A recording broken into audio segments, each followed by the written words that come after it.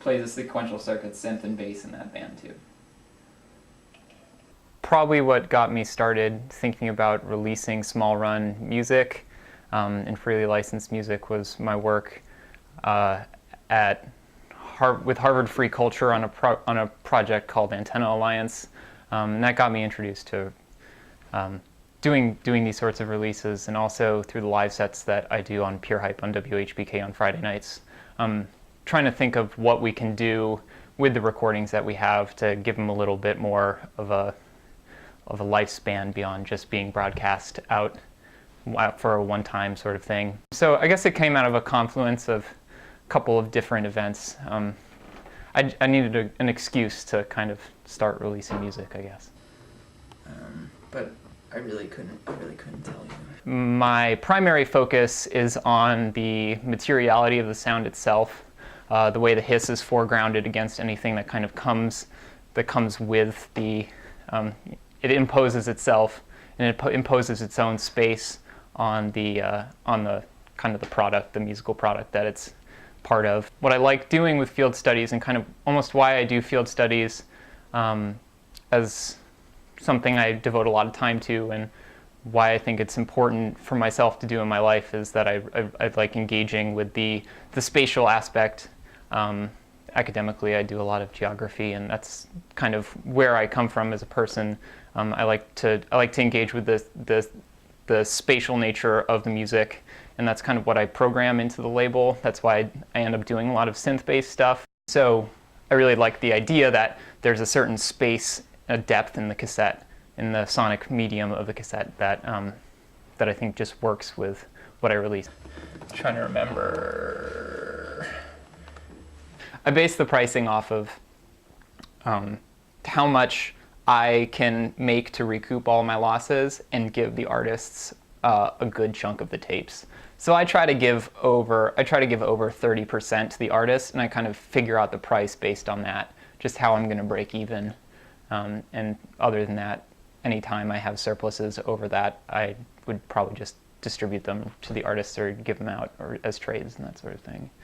I'm personally a very big proponent of doing music on the side, as a kind of like not a second career, but as something secondary to my own life, or secondary to what I intend to do professionally.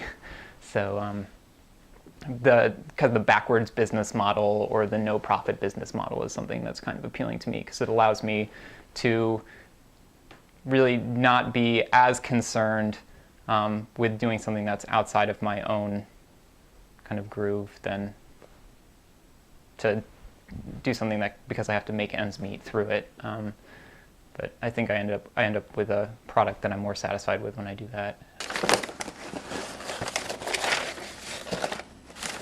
In some ways, I'm hamstrung by my own artistic abilities, not really being an artist, not having any sort of built-up technical skill or anything like that. Photoshop is definitely a good aid in that way, but I think I really do like what I get when I have a limited amount of knowledge and amount of tools to use. I like that process-driven, being the form being dictated by the abilities. All of my designs are based off of similar templates, and I keep a coherent font throughout all of my releases. And actually, the font that I use, ITC Garamond, is what most academic journals were printed in. Most being before probably the past 10 years. So it was actually the academic style. So I think it definitely comes from an academic background, and just trying to integrate the label into something that I do for myself in my life, and trying to make sense of the objects that are around me and how I use them is, I think, something that I can't separate the academic from the things from my desk, the things I own, the things I listen to, and ultimately the things that I produce.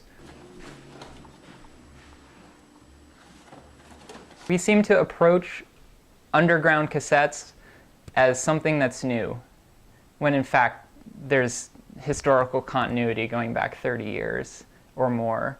And I don't think that, I think the cassette as a sign of underground music and as independently traded music is something that is picked up and valorized by a lot of people. And I think that's part of why we really do like cassettes, and why I really like cassettes, and why we trade cassettes around. It's because they have some sort of subcultural durability that a little CD doesn't, and that to some extent vinyl doesn't, because vinyl is really ubiquitous.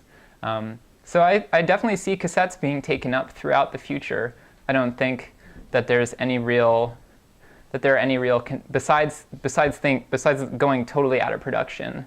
I don't see any sort of format that contends well with cassettes in that way, and that has the historical depth that cassettes do. And I think that a lot of it has to boil down to the quality of the medium itself, and that people will rally around cassette hiss and bad bias and that sort of thing. But perhaps not. But I do think it's something that it's not. I don't think cassettes are totally a flash in the pans. See, you can't do octagons because Mike already did an octagon.